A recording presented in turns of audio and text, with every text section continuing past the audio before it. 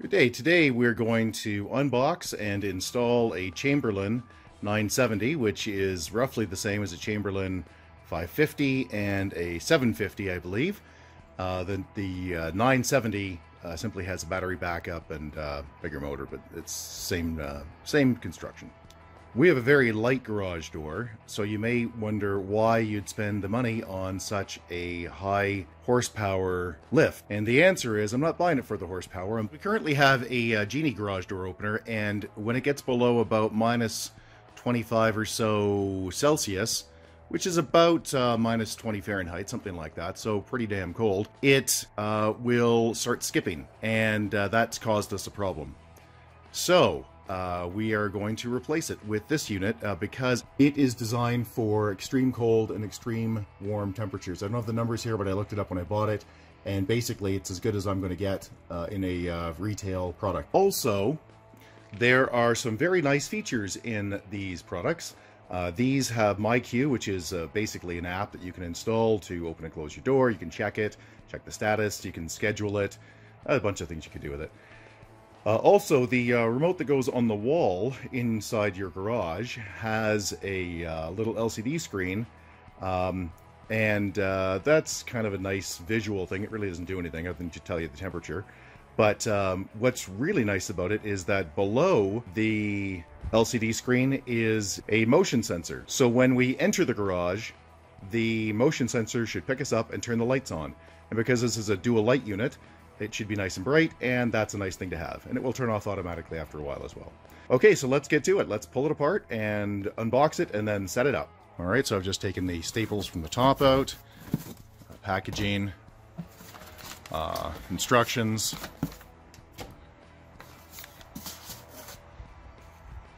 Important to read if you haven't done one of these before or if you don't know what you're doing.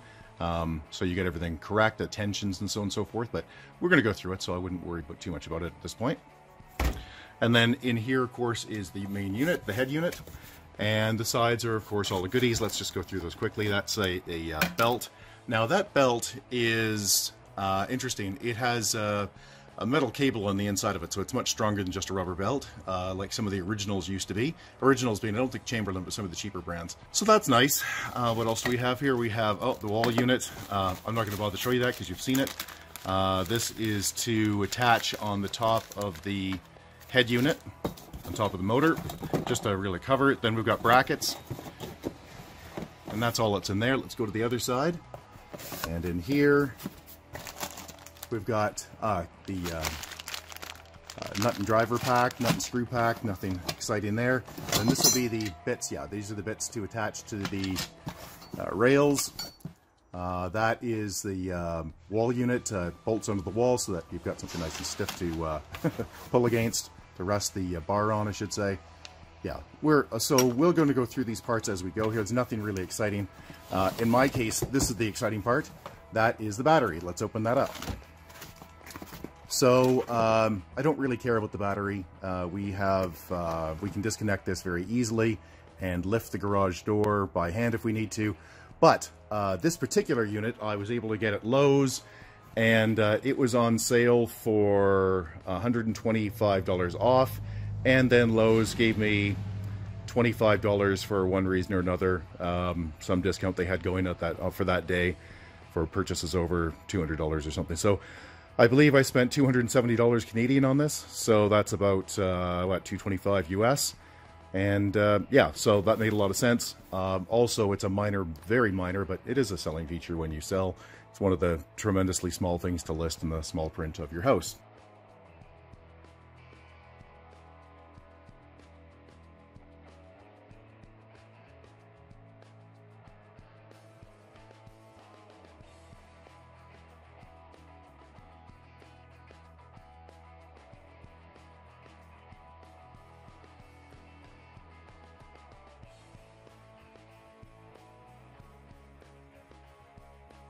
Okay, so now we have it all laid out where it needs to go. You can see here we have obviously the motor, the main unit, the head unit. We have the emergency sensors to make sure nothing's going to trip and get stuck under the door and get like a kid and get killed. That's a little cap that goes on top of that sprocket. We have the bag of bits, and we have a battery, and we also have an extra wire. Well, it's extra in our case because I already have a wire going over to my door for the door unit, for the button unit that is beside my garage man door. Then here we have the chain, which is not a chain, sorry, it's a rubber belt with a metal cable in the middle of it. We have mounting brackets. Now, some versions of this don't come with that, and I probably don't need it because I already have a mount up there. Then we have 5 pieces of rail. The one that's you need to start with is the one with the yellow tag. We'll get to that in a minute.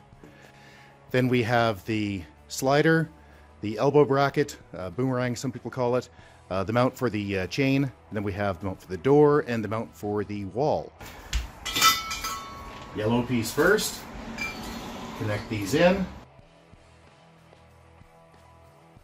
Okay, so what you want to do is grab this piece, which is the weirdest piece in the entire kit, and you want to slide it into here, the end of the rail. You need to make sure that those bolts are down and that the yellow sticker at the other end is facing up.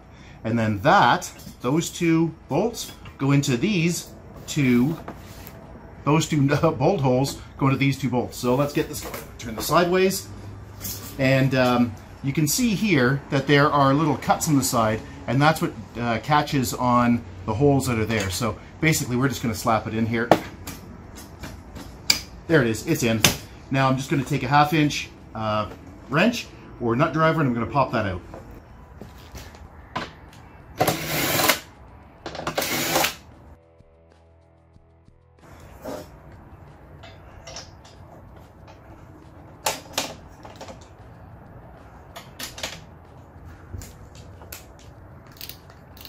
When you're clamping this down, you don't want to strip it, so you want to make sure it's just and snug.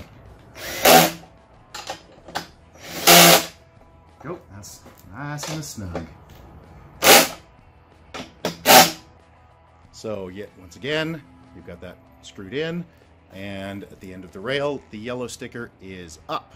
Otherwise, you'll be in hell, so make sure that's up. Next thing we need to do is get the slider, which is right there. And we need to get the bag of bits, and we need to do some basic assembly with the pull cord and a chain connection. Let's get that started.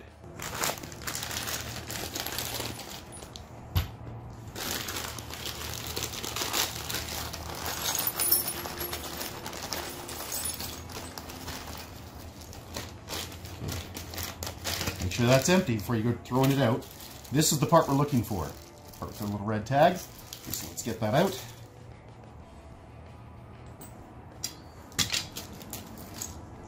And pull cord. Okay, so I'm going to... Okay, now this little spring bolt goes through this hole here, and you'll see that this is sort of a D shape. It's got basically a flat side. And you've got this nut and spring. You want to disassociate those two, just unscrew it. And you'll notice as you're doing this that one side of the threads has been ground down. They've flattened one side, and it's very easy to feel, a little harder to see. You probably can't see it very well on the camera, but just trust me, it's there. So it's a D shape.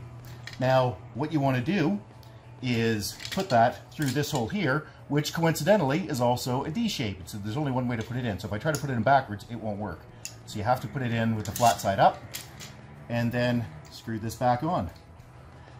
This washer, this little metal washer, needs to be facing in. So let's just do that here. And then we connect our emergency pull cord, which is not a big deal. Just put it through and tie it. Next we take the chain and we lay it out. The hook end, which is this end here, goes down to the far end down there. So I'm going to lay it out and I'll show you what it looks like. So there it is. The hook end, as I said, is down here. There's the hook. And I've just wrapped it around, brought it up, tried to keep it as straight as possible. Obviously when we connect it, it needs to be perfectly straight. The hook, the hook slot and the bolt go on the far side. And so you'll see that that is over there. Let's slide it on. Slide that down a bit. I like to slide it down a little bit. Doesn't make a difference really how much. but down a little bit. And then the hook end goes through the glide, or through the hole, I should say, not through the glide. And then, let's just show you here, it just hooks in.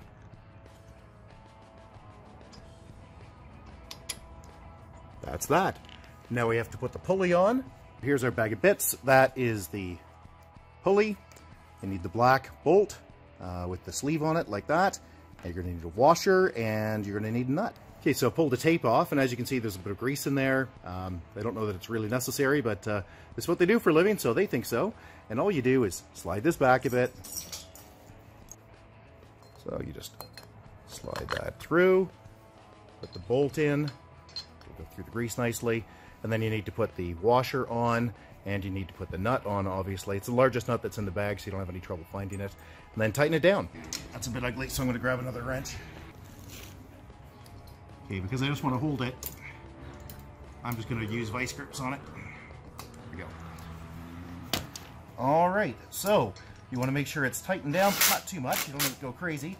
So I have mine set on, you know, 2/3 of my tension here, and that's going to be fine. Make sure that it spins, and of course it does. Okay, next thing to do is to put the belt on the sprocket properly and make sure it's firm. Not tight, just firm. So let's pull that, and you'll see down there, straightened up nicely. Put it on the sprocket, pull it around like that, and make sure that belt is straight. That is your number one concern. And I see you put the bolt on backwards, which wasn't tremendously smart of me, so I will flip that around. So what we need at this point is the chain link to put that together. Let's go find it.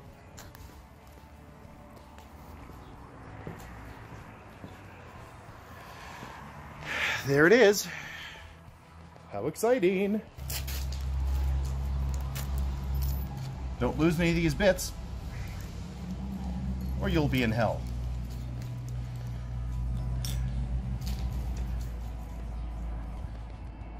Goes through here, just like that. And then this piece goes on, and then the clip goes on top of that. So the way you do that is you put it on, well, try not to drop it, but if you, there you go, put it on like that, and then you just slide it down, which is tough because it's a chain link. It's supposed to be difficult.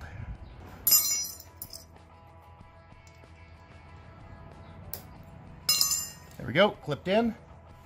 I'll just show that to you. All right, so now we have to release this spring, and you can see, you'll have the package so you can read this, but basically it says currently it ships with a 1 inch distance between here and here, and it needs to be about 1 1/4 inches. So the way you do that, take a slotted screwdriver, flathead, whatever you want to call it, and on the washer, on this little chrome washer, there are slots, and what you do is you just pull it up.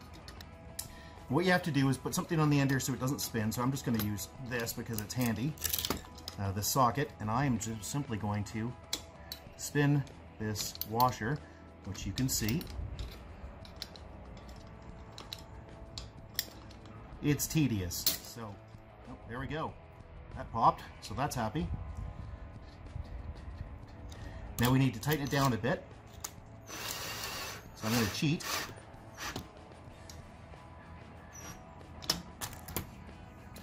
There. So that pops it. And what we have to do is tighten this up so it's about, like I said, about 1 1/4 inches. Okay?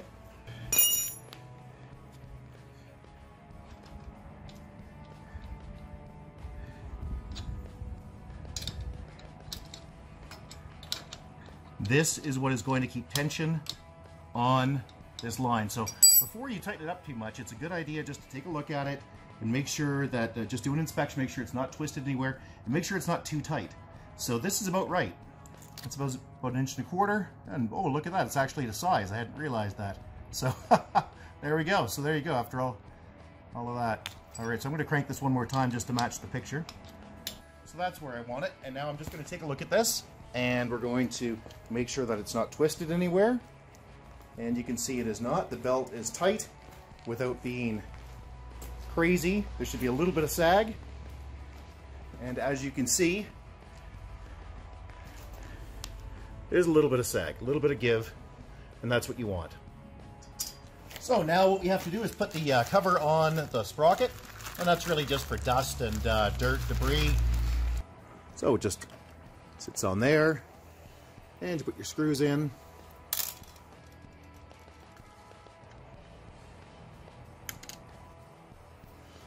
And we tighten them up. So now we close the garage door by hand and attach the header. Find your header bracket. It's cleverly labeled header, so that's easy. And then you'll find 4 lag bolts right there. And the question really comes down to, yes, you'll need a ladder for this, by the way. The question really comes down to, where do you attach it? Well, exactly, that is. Well, it should be a few inches above your spring bar. And if anything, you want the track that goes back to the motor to be on a downward slope from the door to the back of the garage. In my case, I already had a garage door opener on here, which I have removed, and so I've already got it marked, and that's about right. That center, you can see the mark that I've put on there. Now, when you're installing this, keep in mind that there's an upside to this, and you want to make sure you're using the up. So let's go to town. You can do this by hand, but I wouldn't. I'm going to leave it loose for a bit to make sure it all lines up, and then I'm going to come back and tighten it up afterwards. Now we line up the bar, the rail, with where the lag bolted header is, which is right there. Hard to see, but you're just going to have to trust me, it's in there. In my case, fortunately, the line in the cement is about perfect. So then we run it back, and we figure out where the mount is. Now, you'll see here that there are bolt holes in here and on the other side, and you simply mount it to your ceiling. Now, in my case, I already had an opener there, so I'm just going to reuse the mounts that are there. However, if you're not really sure where it goes, which, of course, it's always off a little bit, what you want to do is measure. Not hard, but just measure it. So okay, so let's get to mounting this thing. First thing you're going to want to do is find the bolts, which are here. You're going to want 2 washers, and you're going to want 2 nuts. All right. So you say to yourself, well, how is one guy going to do this? That's not very hard. Open the garage door, and pick the thing up and rest the rail on top of the garage door. It's not that heavy, you won't damage your door. Not that heavy. Pick it up.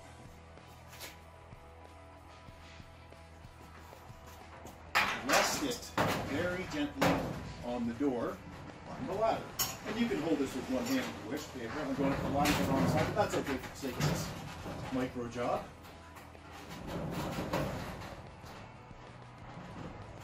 Try not to scratch your door. And I'll show you in a minute, you want to rest it far in. Up the ladder we go.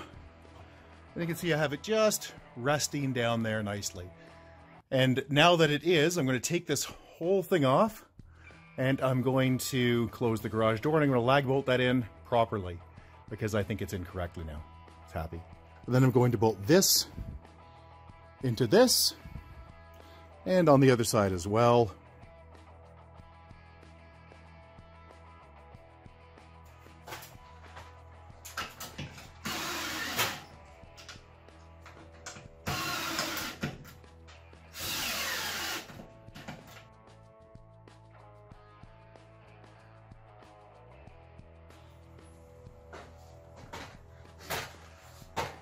To make this a little easier, I pulled the cover off on this side so I can get a little closer to it, but you don't have to do that. It's just a nice choice.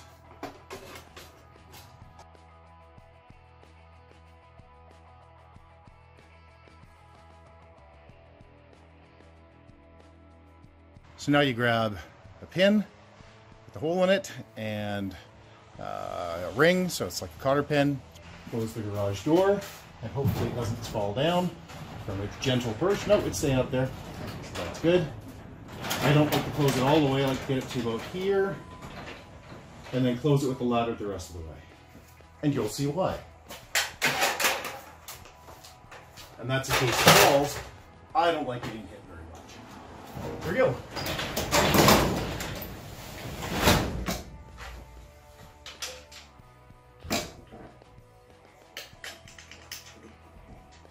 So that is the pin I just slid through, and now I just have to put this ring on it, and so it doesn't slide out.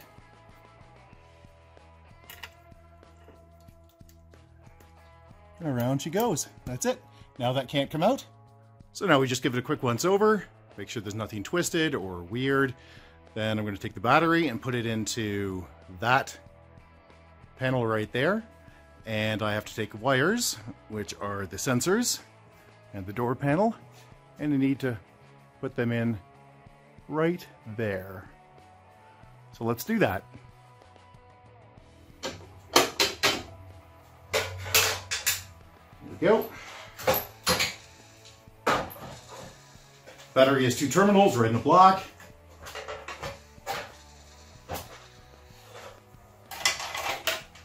And they cleverly go to the red and black wires. So let's pull the covers off. Black to black. The battery just tucks in sideways. Stuff the cables in. Now, that's assuming you have battery backup. If your model doesn't, well, then it doesn't. Put the door back on. So let's plug it in and give it a quick test to make sure that it's rigged up right. There's no binding, things seem okay. Then we'll put the hook on, the banana hook, the boomerang, whatever you want to call it, and we'll run a proper test. That sounds all right to me. It's closing, opening, whichever way you want to look at that. So now we have to fit the boomerang. The problem is, you can see, the door has a support here that it has to, this boomerang is going to have to get around, and that's just not going to happen, which is why they give us an extension. It doesn't make any difference which way you put this extension, but the holes here hang down, and they hang that way. The boomerang goes that way. So what I'm going to do, I'm going to hang this from here right now, the extension.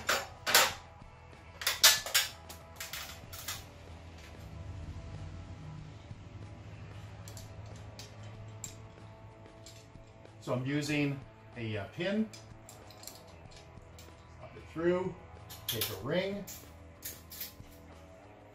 slide it through. Hard to see, I know, but just pretty obvious, so I'm not going to bother to show you that beyond what you can see in the video now. There we go. Okay, so we put the door connector on. There's an up side here, and there's space for 4 bolts. I'm going to put that in there. This is going to go roughly there, so that makes me happy.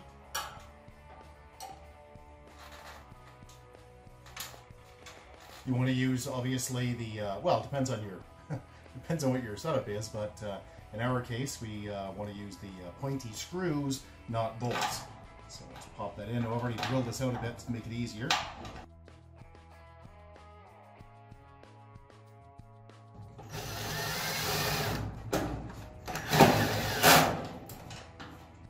It's 3. Now, it did ship with 4 holes here, but I've only got 3 lags. So actually, they only shipped me with 2 lags for this. So I put 3 and I used one of my old ones. I don't think we need the 4th one, so I'll just leave that for now. Then I can connect this to here using another pin and another ring, basically a cotter pin. Let's just slide that through.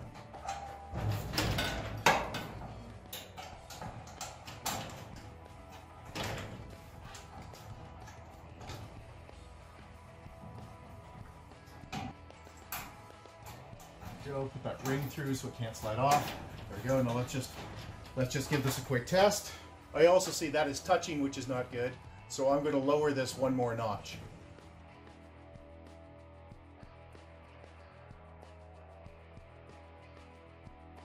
Okay, so now we're down to the wiring, and that's very, very easy. What isn't obvious, however, is how to put the brackets in. So these are the safety brackets, right, that go at the corner of the doors, and they stop, again, somebody's foot from getting stuck, or a child, or whatever else. So if you try to figure out how to use these, you're going to be a bit confused. What you have to do is take the sensor and slide one of these nuts into it. Badingo. That slides in, it locks. Then you can put it into here. Put a wing nut on it, and that will clip in. So I've got one of these brackets. I want to make this 4 to 6 inches off the ground, so I'm going to do 6 from the top. And what you do is you just clip it in. It's quite stiff, and it's supposed to be. So I'm going to make that 6 at the top. There we go. And what you do is just clip it on. There we go. Pro tip is to drill into here and put a screw, metal screw, and to keep this solid. Now in my case, this is super tight. I'm not going to bother with that, but if this wasn't, you know, crazy tight for you, that's what you should do. So then you take your sensors. It doesn't make any difference which one is which, your left or your right, and get the wire strewn out a bit, and you probably want to run this from here up to your head unit rather than the other way around, because this is a pain to play around with. So I'm going to do that off camera just because it's a pain to hold a camera and string wire in, and I think everybody knows how to do that. So, all right. So as you can see, I've got a sensor in, I've got a wing nut on it. I have the same on the other side. I'm not going to bother to show you that beyond that. I always create a little coil. Most electricians do. I'm not an electrician, but most electricians do, so that you have some slack if you ever need it. Now they provided some staples to use to hold this wire down, and you really need to do that every few feet, except I had much better equipment that was left over from my previous installation. So basically you run it up, run it over, which you can't see. Don't worry about mixing the wires up because they get paired together at the end here, and they just go along. I wrap them down the bracket, and I have them sitting out here. Now, as far as the wall unit goes, here it is. It's red goes to the red post, and white goes to the white post, RMW. I'm going to show you how to install it right now, but it boils down to, you put a screw in, then you hang it, slide it on, and then you pop it in there. Pop another screw in there, and you're done. There, now that's on, so close the little lid, and you can see the cable goes up and around, and so on and so forth. Okay, so we program the control, go to menu, go to clock, change time, and just push the buttons down below. So right now it's 5:04 p.m. I'm going to set it, oops, up there, and then set it to 5:05 because by the time I'm done, that's what it will be. It is PM. Isn't that happy? Back to done. Yay. Back to menu. TTC.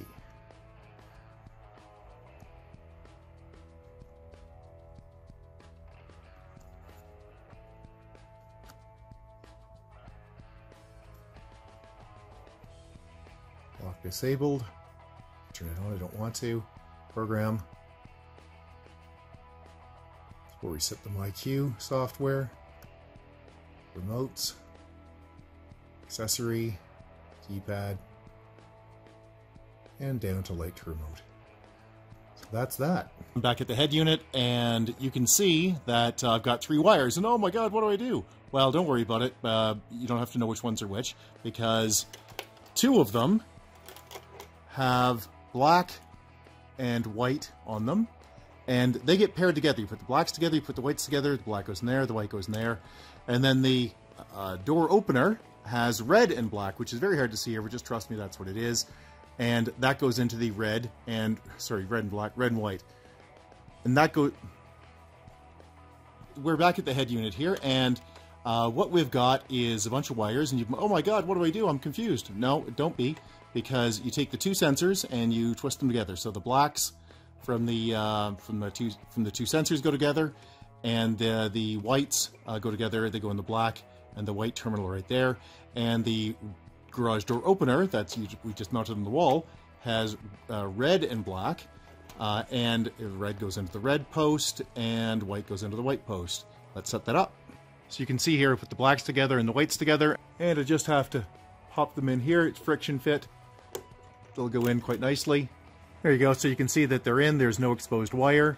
So let's test it out. Yep, that's going. Yay. Let's confirm the sensors work.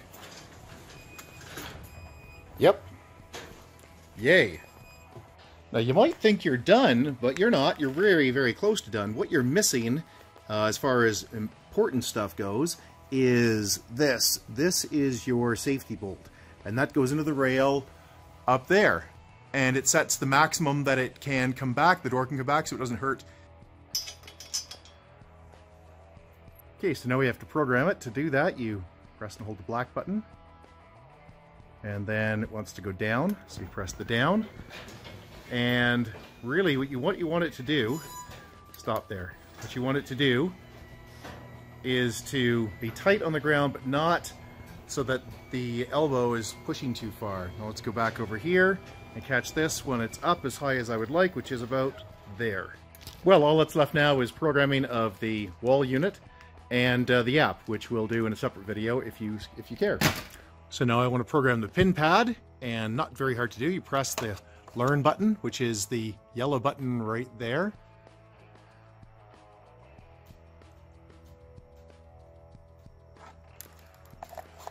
And then it's yellow beside it, as you can see. Type in your code, which I just did, and then just press the enter. And that means it got it. Yay! Okay, now we have our pin pad, and you can see on the back there's a slider. So I already had a screw in here from my previous one, so I'm just going to put that on, and I'm going to slide it down and pop that out, and I'm going to put a screw in the bottom here. But it's nice and straight. And it's nice that they provided a battery.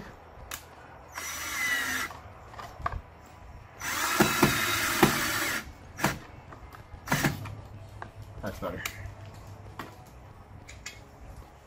Cover back on. Right, that is the complete installation of a Chamberlain 970, which is again the same as roughly the same as a 550 and a 750. Now there are a couple of things that have changed now that I've got it finished off. A couple of little tweaks I did. The first thing was I added extra bracing at the back. I just noticed it was moving a bit and I didn't like it. I don't think it causes any problem because it's lag bolted to the wall, so it shouldn't make any difference. But I had extra steel, so I put extra in. Also, I found that while the belt was moving, it was sagging a bit. So what I did is I went up and I adjusted the spring to be the 1.25 inches that they said it should be. And let's look at it closed now. Oh, I'm going to trip on it. I'm going to walk in it. There we go. I just broke the beam. It'll go back. So that's happy. And on the wall it says the sensor is obstructed. So I'm just going to press OK. And it's going to drop. Now another thing we'll notice is that I did adjust the boomerang so that it was straight up and down. It was heading a little too far, and so I actually ended up pulling this apart and changing the placement of this, so I was happier with it. I didn't like that it was going past 90 degrees. And that's about it. If you have any questions or concerns, please get a hold of us at www.urtech.ca. Thank you. Bye-bye.